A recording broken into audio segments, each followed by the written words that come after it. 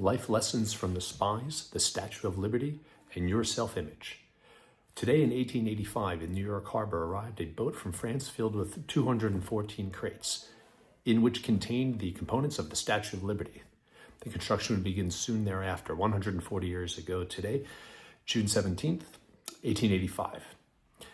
Now, the story of the Statue of Liberty just took on an interesting new meaning for me, as about a week and a half ago, my son spent 9 hours on the final night constructing his model of the Statue of Liberty. Now, he didn't wait till the last minute either. He had been working on it for a week and a half, hours per day. But on the last day, he realized that he may not finish it. So he stayed up 5, 6, 7, 8, 9 hours, eventually finishing at 2:30 in the morning. Now, the job just simply needed to be done. Now, I'm not sure what I would have done at the age of 9. I probably would have just gone to bed and suffered the consequences, but not this, not my son Kalev. He decided to stay up and construct the entire thing. Why? Because it needed to be done, and that was the right thing to do. This is an interesting mentality. This is an example of fortitude, grit, resolve, the ability to stay with something no matter what, because you see the goal in mind. This is a characteristic that I think all of us could benefit from, and it's not easy to teach. And why some have it and why others don't, not really clear. But for sure, the more reasons you have to accomplish something, the more likely it is to happen. I tell patients, if I needed $100,000 by the end of the month from you because I needed to buy a Tesla, would you be able to get me the money? They said, probably not. I said, well, what if you needed $100,000? What if you needed to get $100,000 so your child would die because they did not get a bone marrow transplant? Do you think you'd be able to raise the $100,000 in order to pay for a bone marrow transplant? They said, without a doubt, without even flinching, they would find a way no matter what. Reasons make the difference. So last week in synagogue, we read the parsha or a portion of the Hebrew Bible, the Torah, which is, I'm sorry, in the upcoming week, on this coming Saturday, we'll read a portion of the Hebrew Bible called Parsha Shlach, which has to do with the story of the spies. One of the saddest stories of the entire Hebrew Bible. It has to do with 12 people, 10 of which they're supposed to go into the land and bring back a report. And it's often translated, the word that's used is to spy. But the words in Hebrew that are used for spy, lakpur and levragel, are not the words that are used. 12 times the word lator is used. And one of the commentators on the Hebrew Bible, known as the Malbim, says that this is a word that doesn't mean to seek out weaknesses as one does when they spy in order to find weaknesses, say, in battle. But the word lator that's used 12 times, the verb that's used, means to seek out the good. And that's what two of the spies actually did. Kalev, pronounced Caleb in Hebrew, in English, and Yeshua, also known as Joshua in English. Those two came back with a report that the land was able to be conquered. The land was flowing with milk and honey, and they described the land accurately. The other 10 came back with a report saying that the land is indeed beautiful, flowing with milk and honey. However, there is a problem. There are giants there. There are giants there, and we tremble. And we were like grasshoppers in our own eyes, and therefore we were like grasshoppers in their eyes. And herein lies a major, major problem. One of the potential problems is a problem with self-image. To see yourself as a grasshopper, to see yourself lowly and weak, will affect the way you think other people will feel about you. If you see yourself as weak and insignificant, other people will sense it about you and treat you differently than if they see you, as Jordan Peterson says in his first chapter of 12 Rules for Life, standing up straight with your shoulders back, something that commands a little bit more respect. The impression that you have confidence in yourself and you're someone that should be respected. When you see yourself as weak like a grasshopper, the way these 10 spies did, it may lead to other people treating you a different way. And another problem is this is what's an error in cognitive behavioral therapy. One of the disciples of Aaron Beck of University of Pennsylvania, his name is David Byrne, said this is the committing the error of mind reading, which is you have no idea what other people think about you unless they specifically tell you. So the spies say that we were like grasshoppers in our eyes and we were like grasshoppers in their eyes. They have no idea what the other people thought about them, what the so-called giants in the land thought about them. Famous Hasidic rabbi named the Kotzker Rebbe said that the spies were perfectly entitled to have the views of themselves as being lowly and weak like grasshoppers, but they have no idea what the other people, the inhabitants of the land, thought about them. So this is a big problem. The self-image that you have is the major foundation of your future success. If you see yourself as a grasshopper, then you will believe that other people also feel the same way about you, whether they do or not. And this will affect how you function in society. Caleb and Yeshua came back with this wonderful report about the land, which is what apparently they were supposed to do. They were supposed to seek out the good, this word lator, to seek out the good and come back with this report. Other people, many people, always look for fault, always look for problems, always look for someone to blame. I remember Zig Ziglar said that some people really find fault like there's a reward for it, never taking responsibility. In this story, Caleb and Joshua came back with this story that was very positive. The land can be conquered. And that's not even what they were supposed to do. They were just supposed to come back with a report of the land.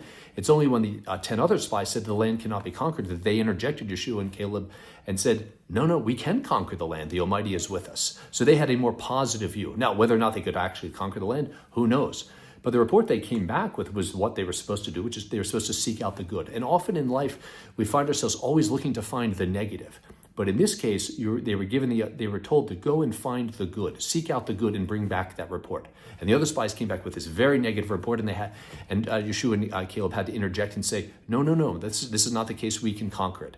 Yeshua and Caleb had the fortitude and the resolve and the grit. They saw there was a challenge ahead of them, but they thought that they could do it. The other 10 came back with a story. No, it's not possible. It cannot be done.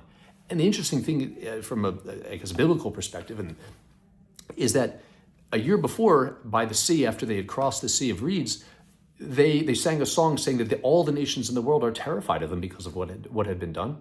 And then in the book of Joshua that we read a little bit later in the year, when Joshua sends spies into the land, this woman, her name is Rahat, says that the entire nation is trembling because they know you're coming and they know that the land is going to be yours. So these spies that went into the land, the 10 of them said, no, it can't be done. Even though everyone knew that the land was going to be conquered and that the nation of Israel was going to be victorious, these 10 spies still came back with this depressing story about how the land could not be conquered. And Joshua and Caleb tried to interject and tell the people, no, we can tell the nation, no, we can still do it. And this should tell us something, that even when we should be confident, we can still try to torpedo our success. I read one interesting interpretation. This is from the most recent rabbi of the movement of Chabad, called Rabbi Menachem Mendel Schneerson, who said that there's actually a different understanding. He said that they were not afraid of failing in the battle. They were actually afraid of succeeding, because if they won, then they would have to set up a whole nation unlike like every other nation. They would have to go in. They couldn't just pray in the desert, wandering around with food provided for them, living close to the Almighty. They would actually have to set up a regular society, and they were afraid of that. So they came back with this report that it can't be conquered because maybe they actually didn't want to win, because then they would go into the land and have to set up a society. Someone would have to be a plumber. Someone would have to fix air conditioners. Someone would have to repair holes in the street. People would have to build houses. There would be everything that a society has. You have to set up a government. Hopefully it functions properly. And this is scary. So better to stay in the desert, kind of like a monastic lifestyle, living in the desert close to the Almighty and praying all day and studying all day, having everything provided for you. But that's not really what a fulfilling life actually is. A fulfilling life is when you actually take the challenge, go, and in this case, you win the battle and you go into the land and you set up a nation. So when the 10 spies came back and said the land was not able to be conquered, maybe they actually didn't want to win. They said that it couldn't be done because they didn't want it to happen, because then they would have to set up a society like every other society, and then they would lose that closeness they thought with the Almighty. But the quality of our life is not found in solitude and in safety and comfort with everything being provided for us. It's confronting challenges. It's having resolve, having fortitude, having grit, staying up late at night and building a Lego statue of the Statue of Liberty when you really just want to go to bed. It's confronting the challenge and maybe even telling other people that you're going to do it and then overcoming the challenge. And in this case, the importance of the ability to do this, it will start with how one feels about themselves. Your self-image is so important to your future success. If you see yourself like a grasshopper, other people will probably look at you in the same way. And if you think this is the way you are, lowly like a grasshopper, you'll think that other people think that about you, even if they don't think that about you. But maybe they will start to think that about you because they will sense a lack of confidence in yourself. Thinking you know what other people think about you is not a good strategy. Often will lead to negativity. People don't like you because they've done something and you don't even know what they're thinking. So the important message, I suppose, is resolve, grit, fortitude, the ability to do things that are difficult leads to this a better quality of life. Living in the comfort and the certainty of the desert, close to the Almighty, may not be what the Almighty wants for us in our own development. Doing the challenges, doing the difficult things, taking on the challenges and overcoming them. And even if we don't overcome them, even if we fail, the process of trying to achieve, we'll get benefit of it. We will get benefit from that. We will get growth from that.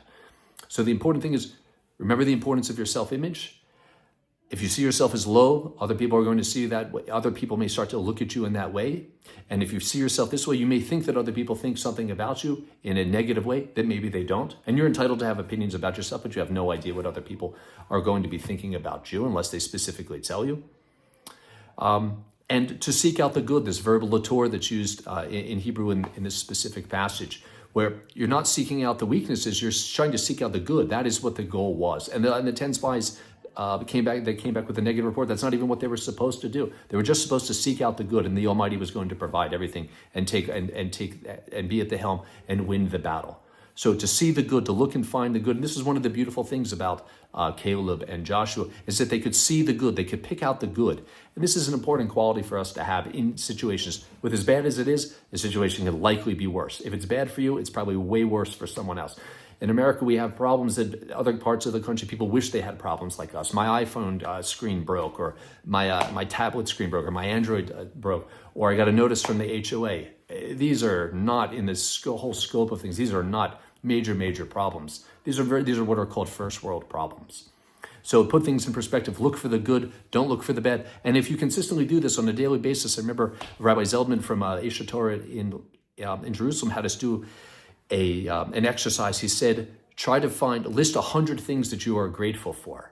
And it's unbelievable because initially, the first few things, it's very difficult. I'm happy about this, I'm grateful for this, I'm grateful for this. And then after a while, if the first few are difficult, but then as you start going, you build up momentum and it's easier to find things that you're happy about. How about having a big dinner that you have on, say for us, on the Sabbath, where you have 25 people over and you have paper plates and you have plasticware, and it takes you 5 minutes to clean up as opposed to 5 hours to clean up. Just simple things like that.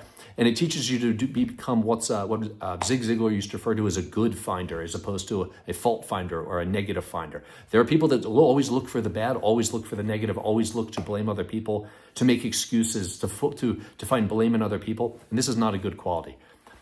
Caleb and Yeshua didn't do this. They looked for the good, which is what they were supposed to do. And unfortunately, they were not able to sway the people. And the consequence was terrible. The people had to wander for 40 years in the desert, and everyone died off because of this mentality, this lack of gratitude, this inability to see the good, to be persuaded by negative reports of the spies. And they all died out. 40 years went by until the next generation was able to go in. They did not have maybe a slave mentality from Egypt. People that were able to have a little bit more faith, see the challenge, and overcome the challenge. The whole generation had to die off because they accepted the negative report of the 10 spies rather than Caleb and Yeshua. So there's consequences to accepting negative counsel, listening to negative reports. At least in this case, it had a disastrous outcome. But in our own lives, always listening to negativity is probably not going to help.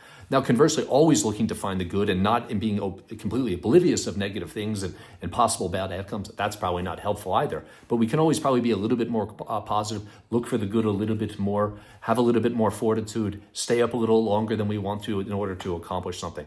And our self-image is the foundation. The way you see yourself, it will affect everything that you do in life. What you choose to study, who you choose to marry, where you choose to live, what you choose to pursue. That's self-image. If you see yourself as a grasshopper, that is how you're going to function. You are not, as Rabbi Sachs says, you are not a grasshopper until you believe that you're a grasshopper. And most of the challenges that you have in life, most of the things that are confronting you, those are not giants. The 10 spies came back and said that the people that inhabited the land were like giants. So allegorically, maybe they just implied that the challenge was great. But in our lives, most of our challenges that we have, most of our roadblocks, they're not really giants. They're actually probably much more easy to overcome. and we're not really grasshoppers unless that we believe we are. We can all work on our self-image a little bit and see ourselves for the benefits that we have, the strengths that we have despite our weaknesses, and we can all pursue probably something a little bit greater than we're currently doing. Thank you for watching.